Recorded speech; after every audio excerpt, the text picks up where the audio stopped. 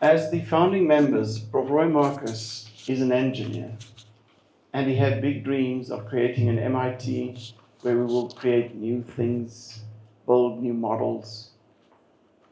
I was not an engineer. I came from a business school at the Free State University, which I was a co-founder just 4 years earlier. I understood the world of leadership, and I understood the world of education to some way, although I'm not an educationist. And I think from those early years, I realized DaVinci was formalizing itself as per the conditions that it was surrounded by.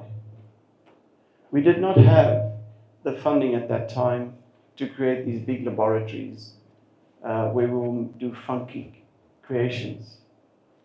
But we did have industry partners that became aware of what we intended to do and said, we will support this. So I'm always pleased to share as an entrepreneur that we did not need, and I want to say that for all the entrepreneurs and to be entrepreneurs in the room, we were fortunate not to go to any third-party funder and say, please give us money because we've got an idea. But we were funded. We were funded by people who believed in the dream that we shared.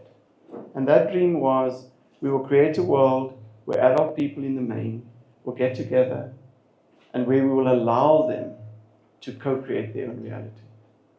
We were just coming from a history, still very recent at that time, where we came from a history where we were told, and I remind myself of the word of Steve Biko, who said so aptly in 1969, how long are we going to allow them to decide who we are? DaVinci was intentional to be true to itself.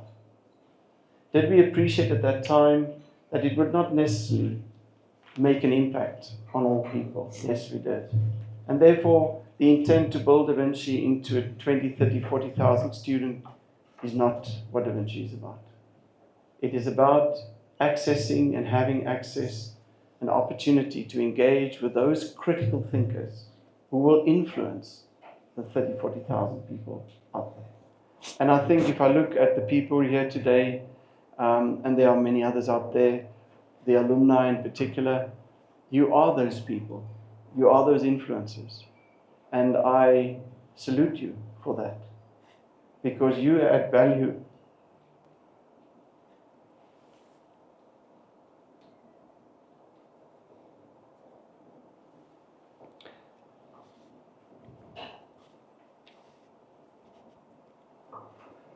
You add value towards what we stand for. So today we're celebrating the start of another academic year, and I think it's also important then just to acknowledge a few people in particular. The Strategic Advisory Board has started to play a critical role in the last 8 to 9 months, and we are very pleased that there are colleagues represented today. I think in particular of Alan Withner, and Tokozo Mashlangu, Zane Redia, and Mike Morgan. Thank you for confronting us and reminding us of who we are.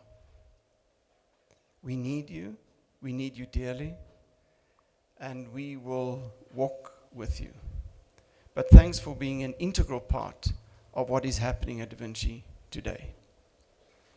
I also want to say a welcome to the chair of the convocation, Dr. Bamugile Mkhize. Thank you again for challenging us and reminding us of where we come from and where we intend to go. The whole debate around whether we will be the DaVinci Institute for Technology Management or whether we will be the DaVinci Business School was heatedly debated in the last 8 months. And I'm pleased to advise that the board agreed to the suggestions by both the convocation and the Strategic Advisory Board and colleagues within the academic space as well as industry partners that we will keep the focus as the DaVinci Institute. Yes, we will do business school work. Yes, we will do many other focus areas, but we are at the core, the DaVinci Institute for Technology Management. So thanks for your influencing role, Dr. Pamangile, in that. I also want to then say welcome to the Senate members. We had a very good Senate meeting this morning, and I'm very pleased for those Senate members who are joining us. Similarly, we need you. We need you. The Senate is the heart of this business. We need you. And going forward, we will hope to see much more engagements in that regard. To the other faculty who have joined today, thank you for making your time available, including those who are supervisors. We also appreciate that. I just realized when I'm looking into the audience, I've also not acknowledged another Strategic Advisory Board member coming all the way from the Free State this morning, Mr. Zamat Kwili. Thank you very much. Thank you also for your influencing role that you're playing. Thanks for our industry partners who are here today. We will work more closer with industry. Industry managed to put us on the map, and we will respect that engagement. And as reflected by a number of business development engagements with Dr. Sam February, our executive for business development, we are very pleased to have you with us. And then I want to say welcome to the chairman of the board, the chairperson of the board, Ndumiso Khadebe. I think you've really been a trusted advisor during this period, and we honor you for that, and thank you very much.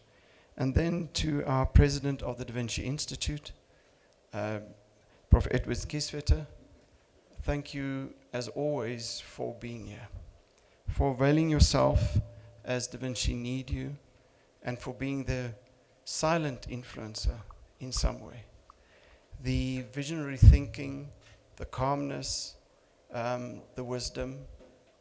I am extremely honored to have you as our partner and as our president. And we're looking forward for the commissioner to become also a faculty member during this year. I think we can learn a lot from your insights on leadership, and we're really, really looking forward to that.